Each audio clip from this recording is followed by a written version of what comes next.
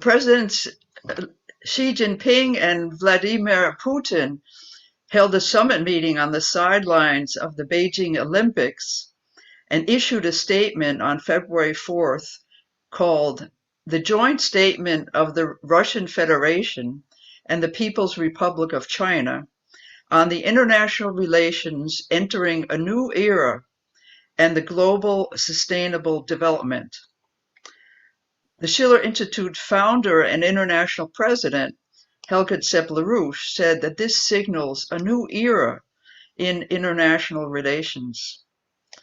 To discuss the content and implications of this development, I am pleased to interview Dr. Li Xing, Professor of Development and International Relations in the Department of Politics and Society, the Faculty of Humanities and Social Sciences from Aalborg University in Denmark.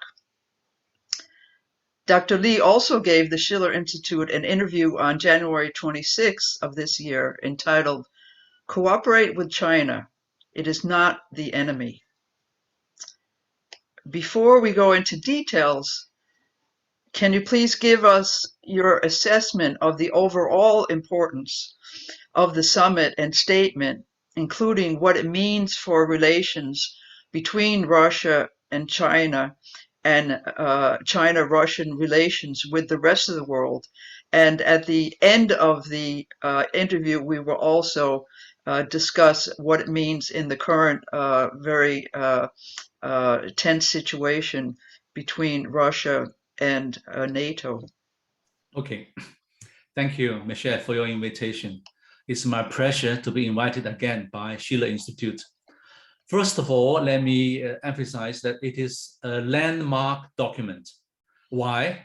It is because the document emphasizes new era, or I quote new era, declaring a shift in the world order, a multipolar world order in which the US and the West are not the only rule makers, and Russia and China take the lead and lay out a set of principles and shared worldview. This is the first, my general kind of summary. Second, unlike the US-led alliance, China-Russia relationship is described by the joint document as a close, comprehensive strategic partnership.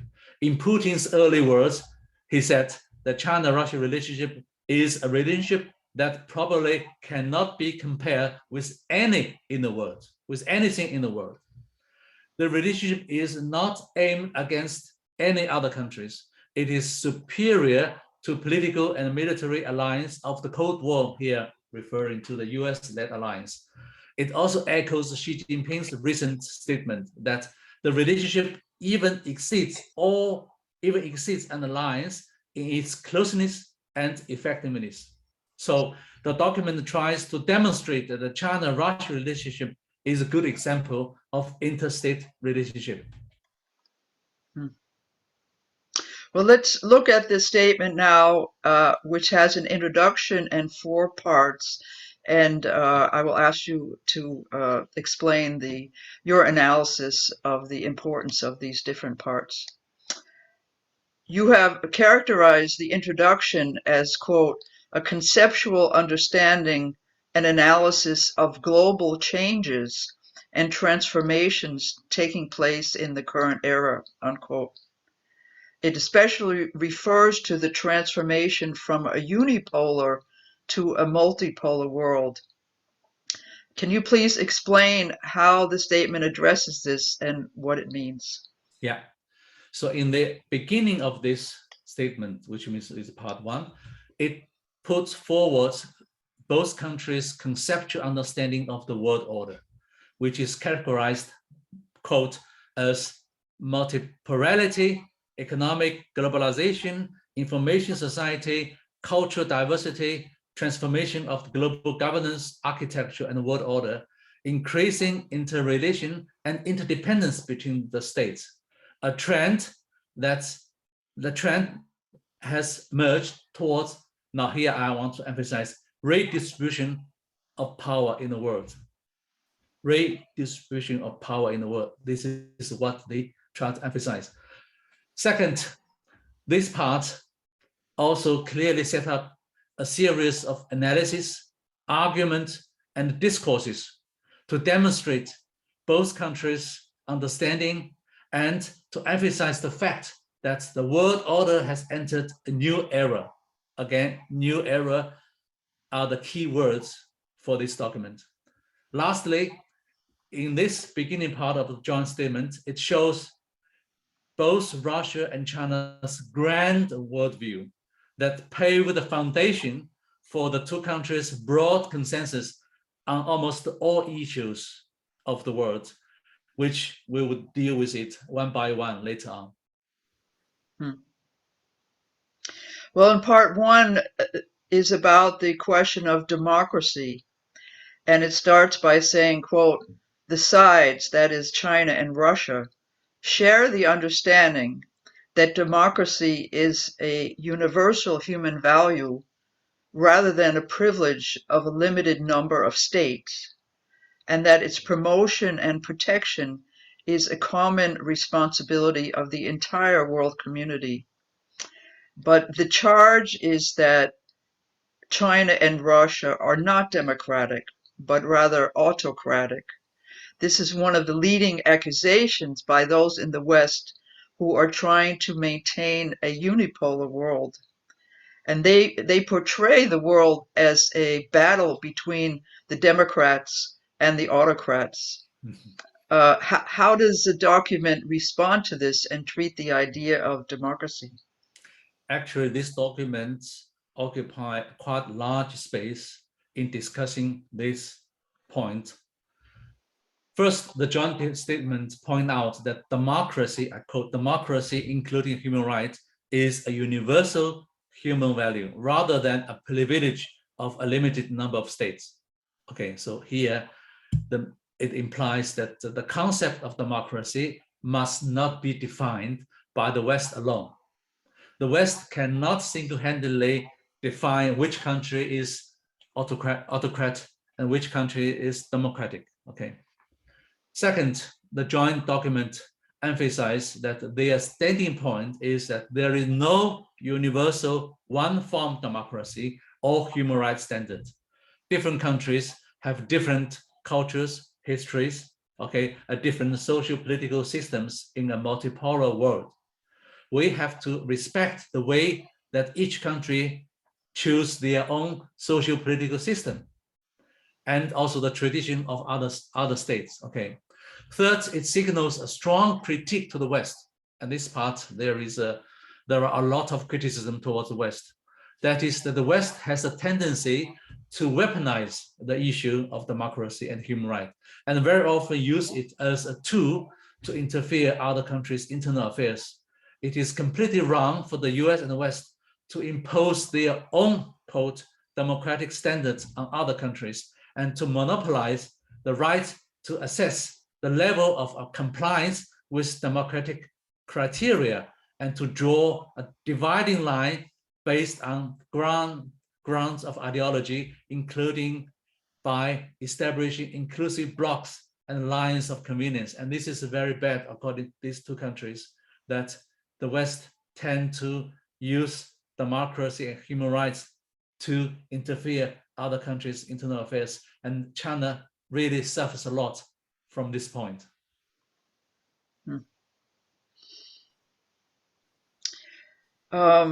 Let's go on to part two. Well, just before we get that, how would you say democracy works in China? I would argue that if we use Western standards to define democracy, then definitely China is not democracy in the Western version of democracy. China does not have a multi-party system. China does not have election. But the point is that how the West will respond to the fact that according to major Western sources, also survey data sources, throughout many years, that that the Chinese people's confidence on their government is the highest in the whole world. And Chinese Communist Party and Chinese state received the highest approval from the Chinese population according to those data. Okay. And also China has reached very high, rapid economic development under the so-called non-democratic government. Now, how can the West explain these issues? Many democratic countries, they suffer from economic backwardness or underdevelopment. So whether any form of governance fits China, I think it is the Chinese people themselves should make the judgment. Let's move on to part two. Part two is about coordinating economic development initiatives, including harmonizing the Chinese Belt and Road Initiative and also the Russian Eurasian Economic Union even more, and taking initiatives to create economic development where they emphasize the role of scientific research in generating economic growth, something that Lyndon LaRouche and our movement have had as a priority concept, and also increasing healthcare and pandemic response in poor countries. What do you see as the significance for this call for increasing economic development cooperation? Yes, I also read very carefully this part of the document, that this part shows a clear difference in approach between the West and the US on the one side and China, Russia on the other side.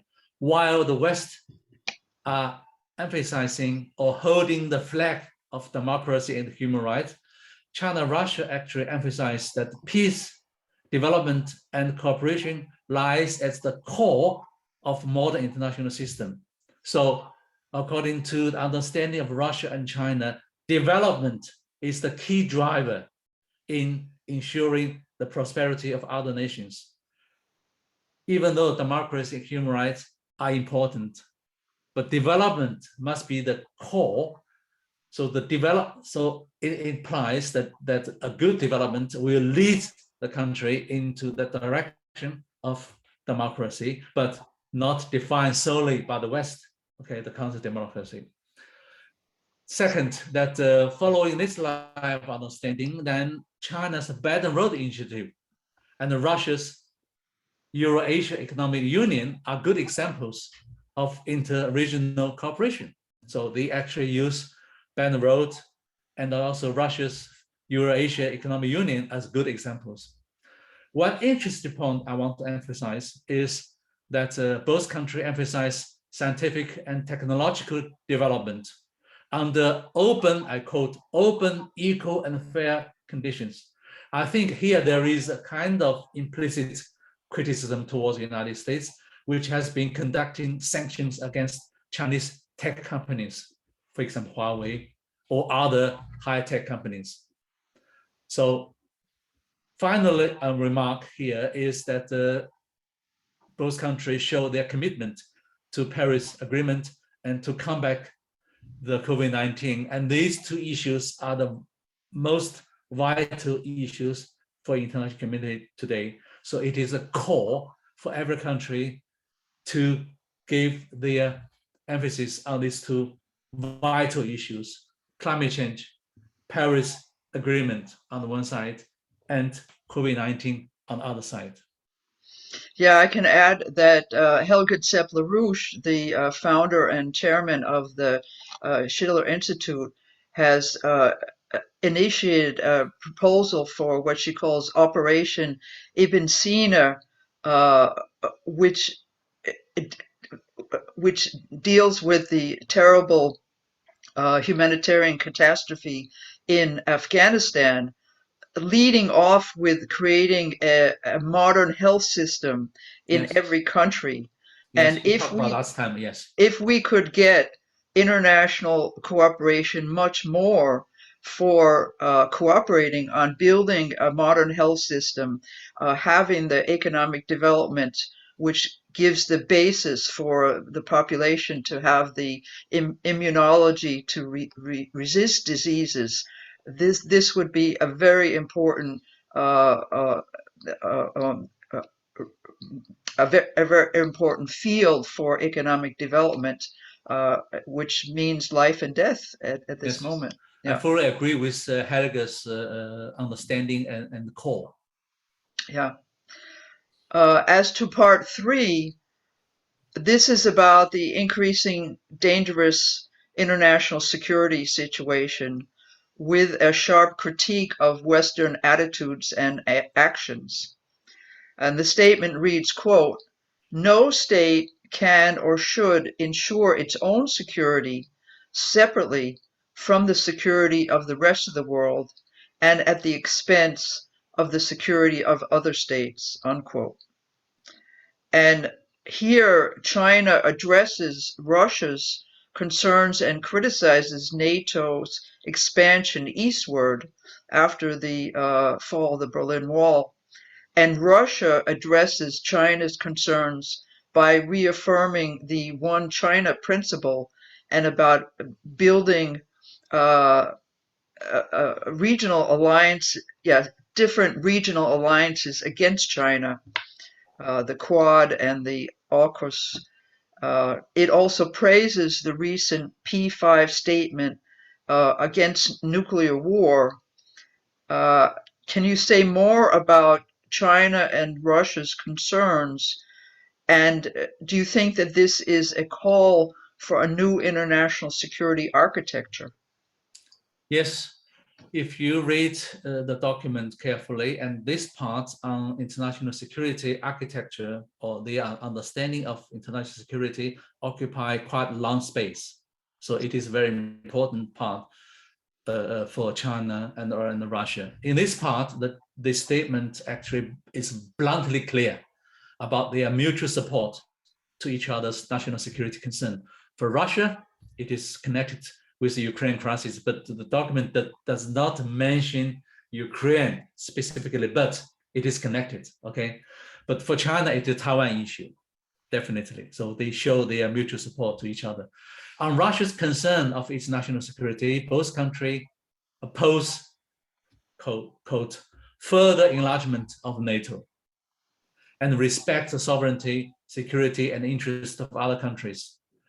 And it clearly points out there will be no peace if states seek to obtain directly or indirectly unilateral military advantage to the detriment of the security of others. That shows that the plan of NATO to kind of enlarge its membership to circle around Russia. So the document claims that by doing so, it makes security for the Western side, but for Russia, it is a danger. Okay, it is a national security concern. On the Taiwan issue, Russia reconfirms that Taiwan is part of China.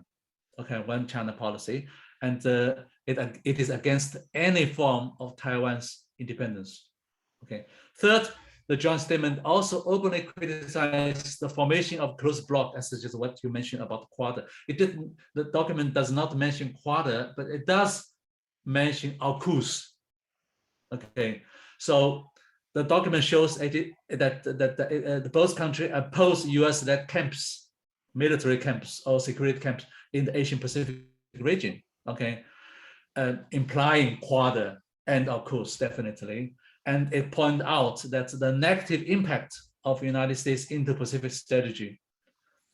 Finally, the two countries call for a new international security architecture with, quote, equal, open, inclusive security system that is not directed against any third country, and it should promote peace, stability, and prosperity.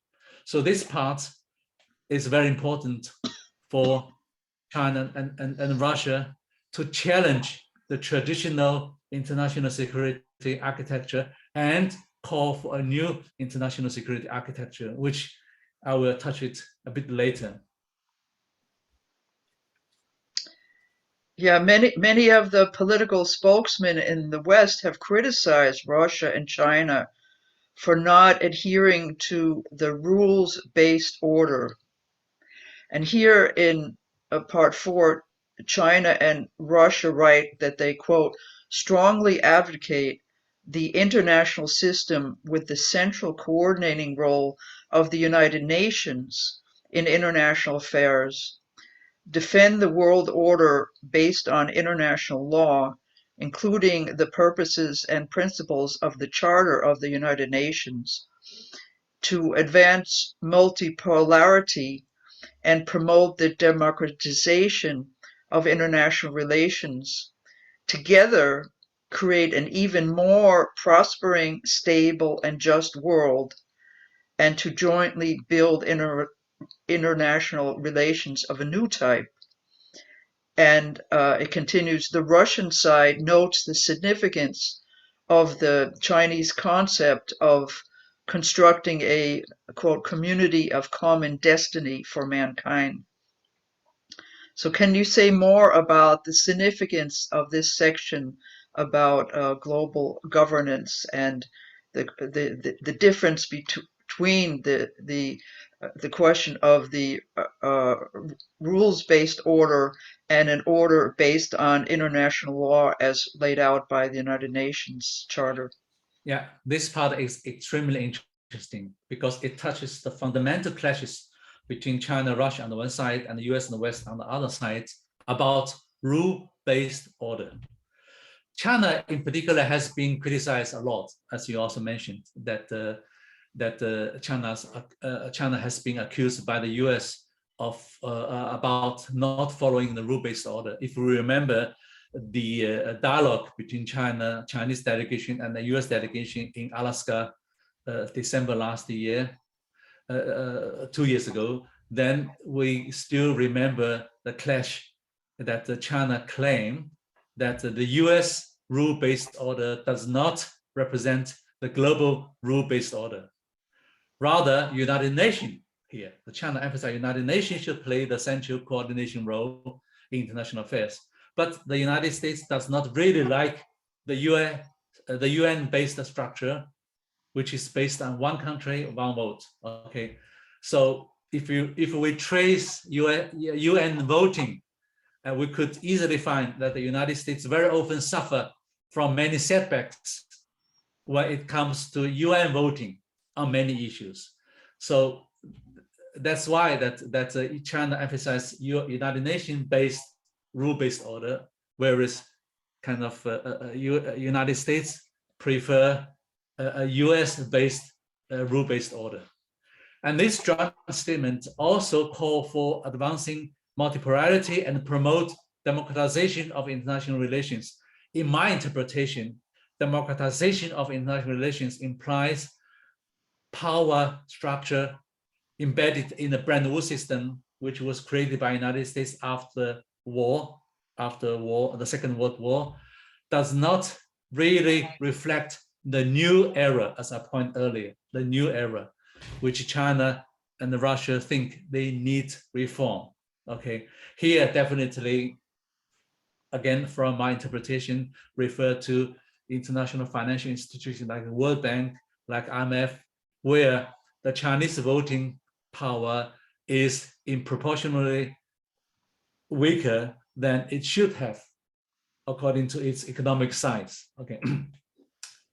And also that the joint statement also mentions that China foreign policy goal, you mentioned, as you mentioned in your question, community of common destiny for mankind, which was raised by President Xi Jinping. Okay, and in this nexus, that China's Belt and Road Initiative is a good example, seen from a Chinese point of view, a good example of community of common destiny for mankind, in which that the Belt and Road intends to promote through worldwide infrastructure investment the formation of a new global economic order through creating community of shared interest and a community of shared responsibilities.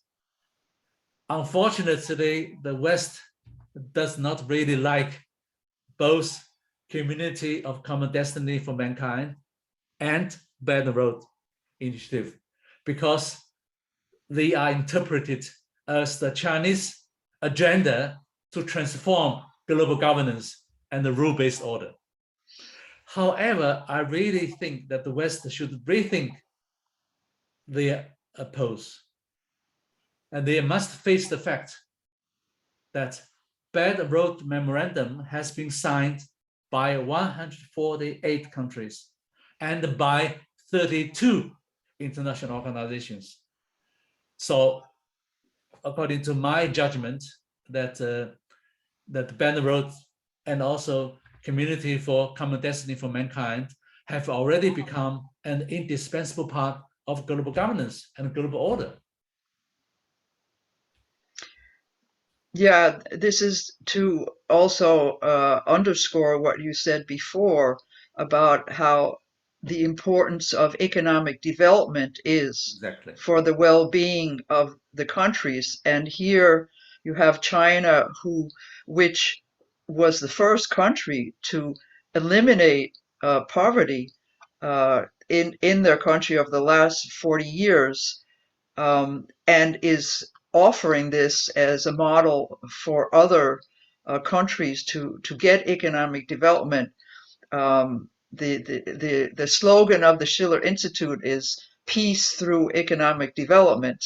Exactly. That the way that you can get countries who have perceived each other as enemies to rise up to a new level, to seek common interests, is through arranging economic development programs, not only for a single country, but for the whole region, which encourages them to work together.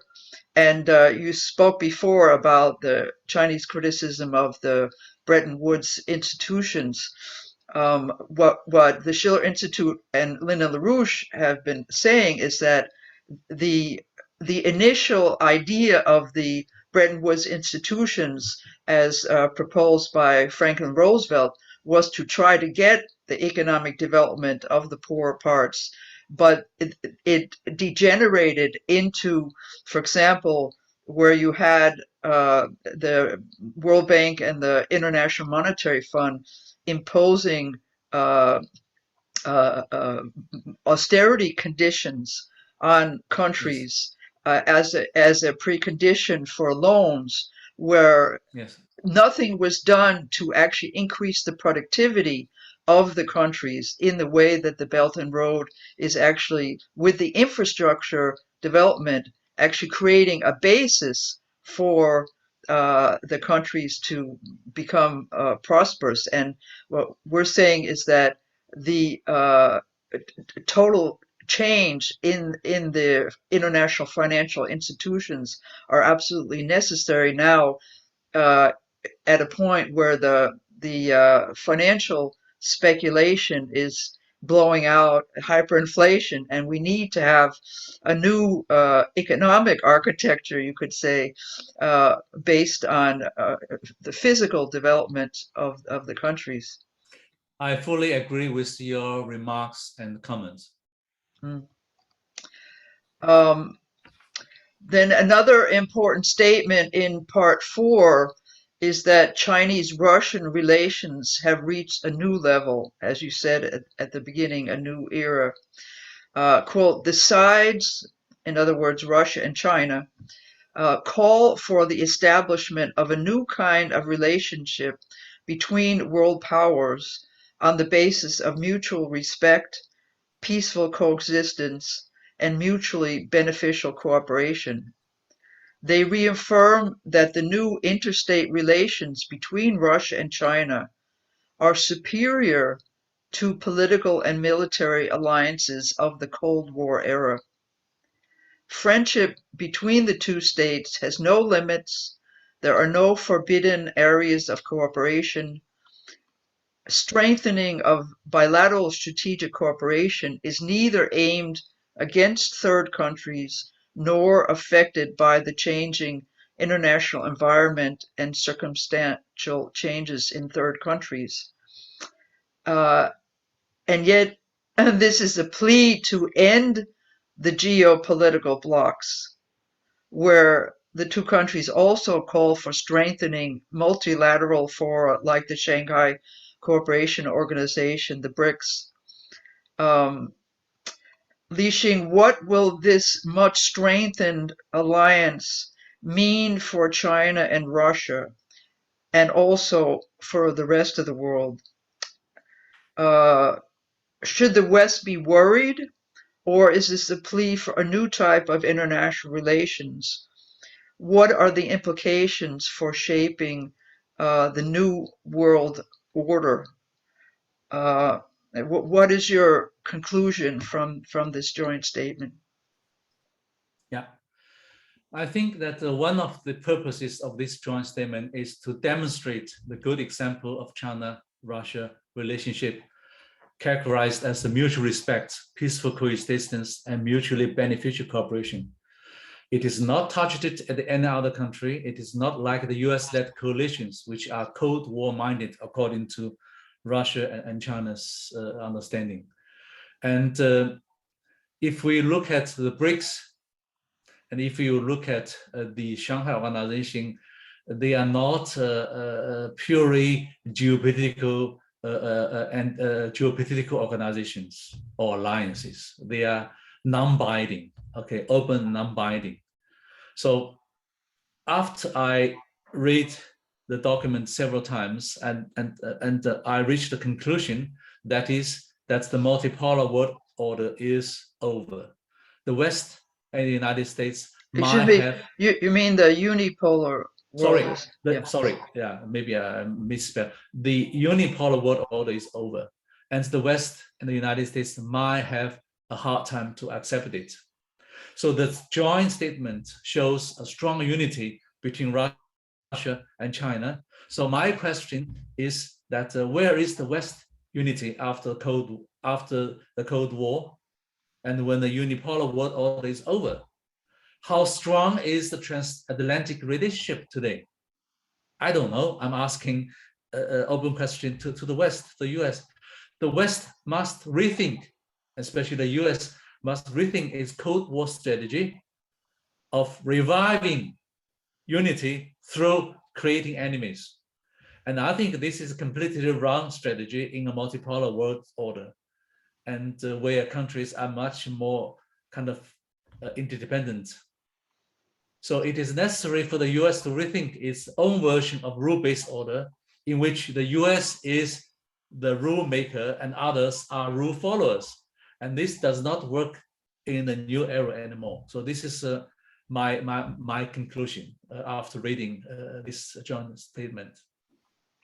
Now, as to the current situation, today is the 22nd of February, and yesterday Russia recognized the two breakaway republics in Ukraine as independent republics, which is now going to lead to very heavy sanctions by the West.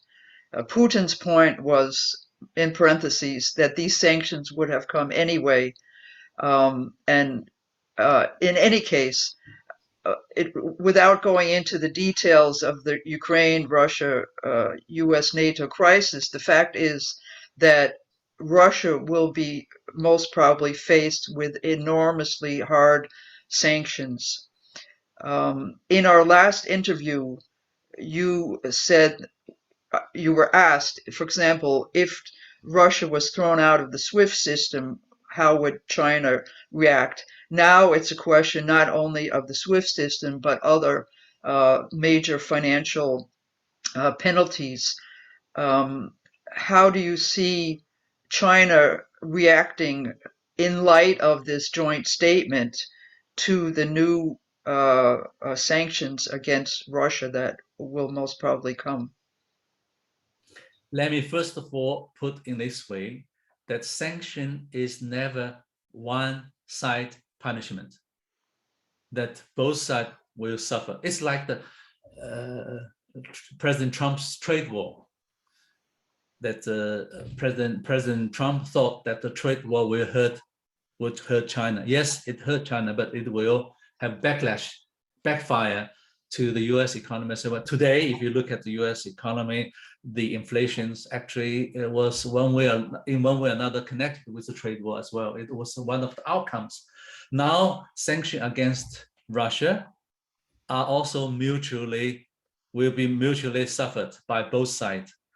Because if you look at the Europeans, if you look at the European dependence on Russia's oil and gas, is about 30-35.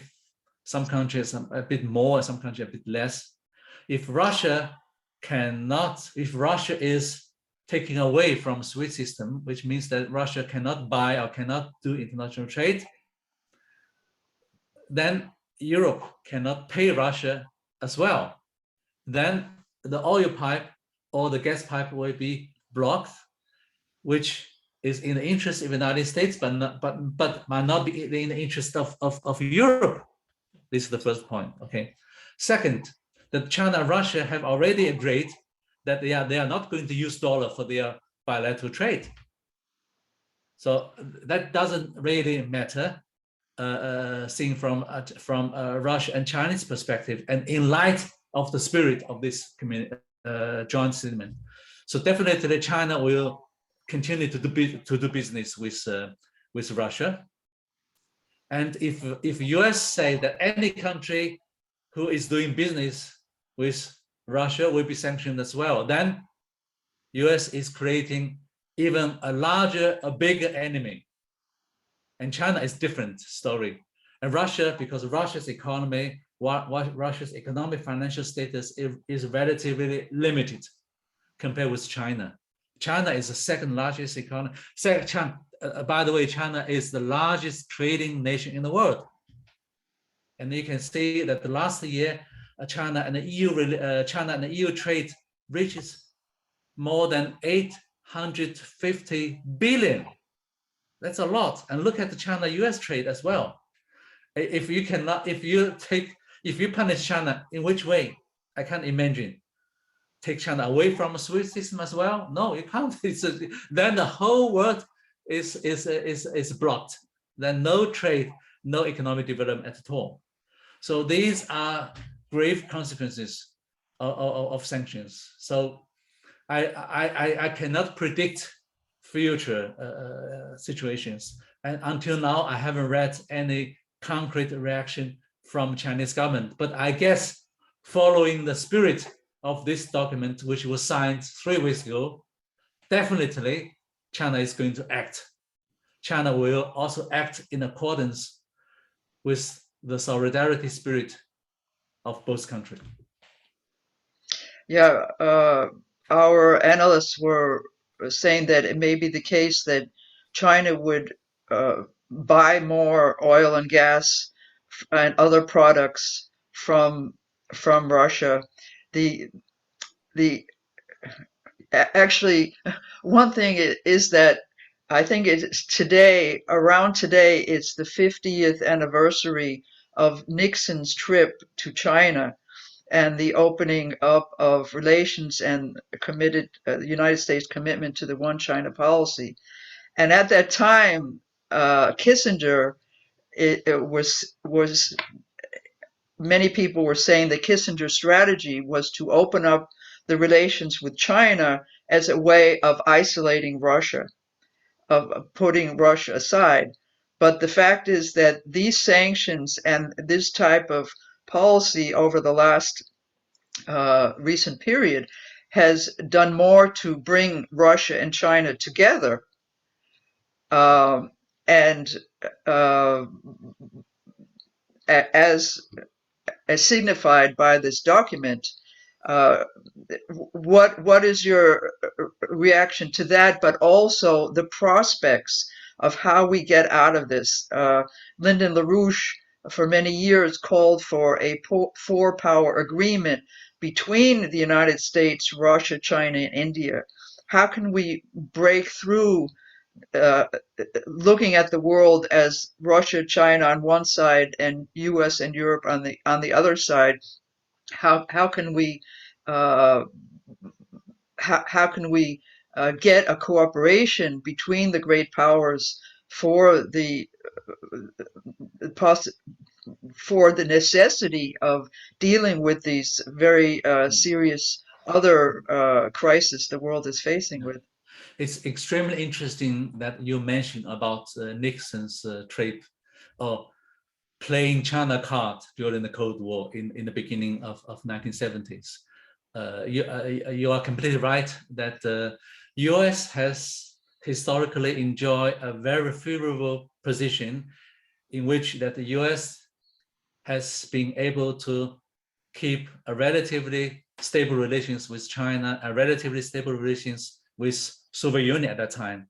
Okay, but making Soviet Union and China fighting all the time. Okay, and especially after the Cold War, U.S. is still having this favorable position. Okay, relatively stable relation with both countries, but China and Russia still have difficult relations with each other. But today the situation is reversed. It's totally shocking that the US is fighting with both world powers simultaneously. If you remember that the former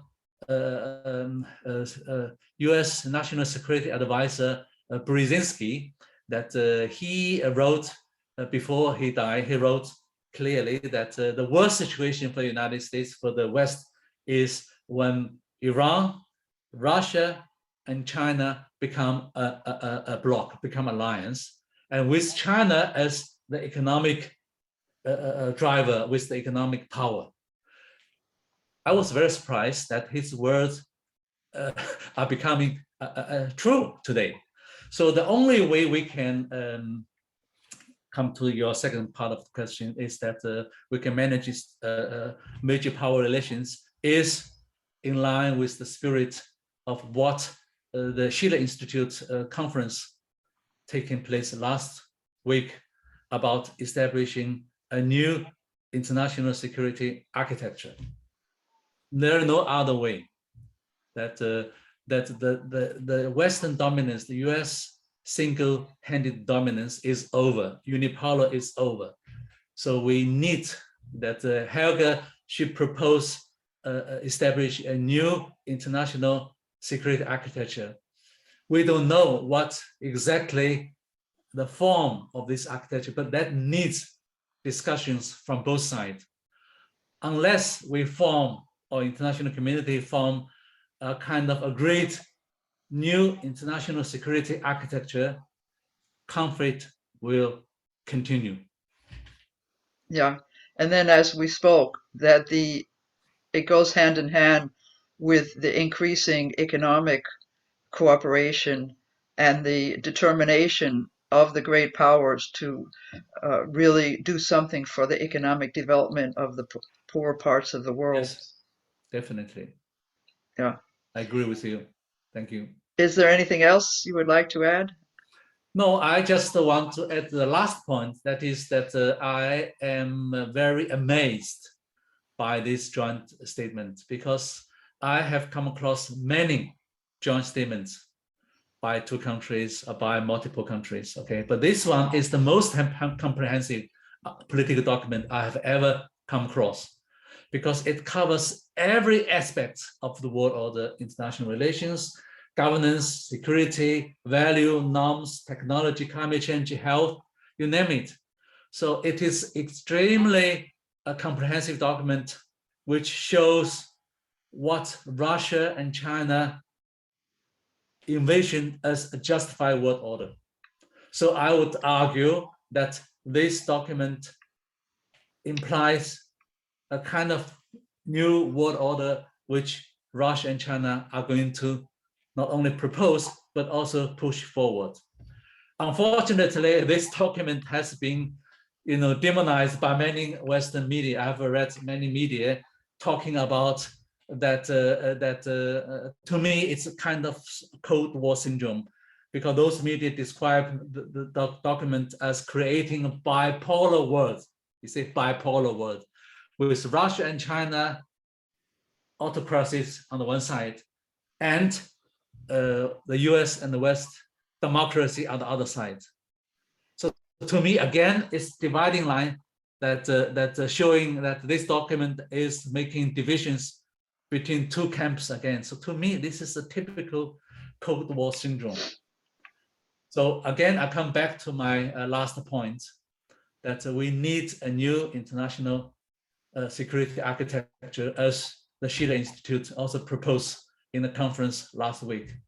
Otherwise, there will be no peace and development. Thank you. Thank you so much, Li Xing. This has been a very important discussion. Thank you very much.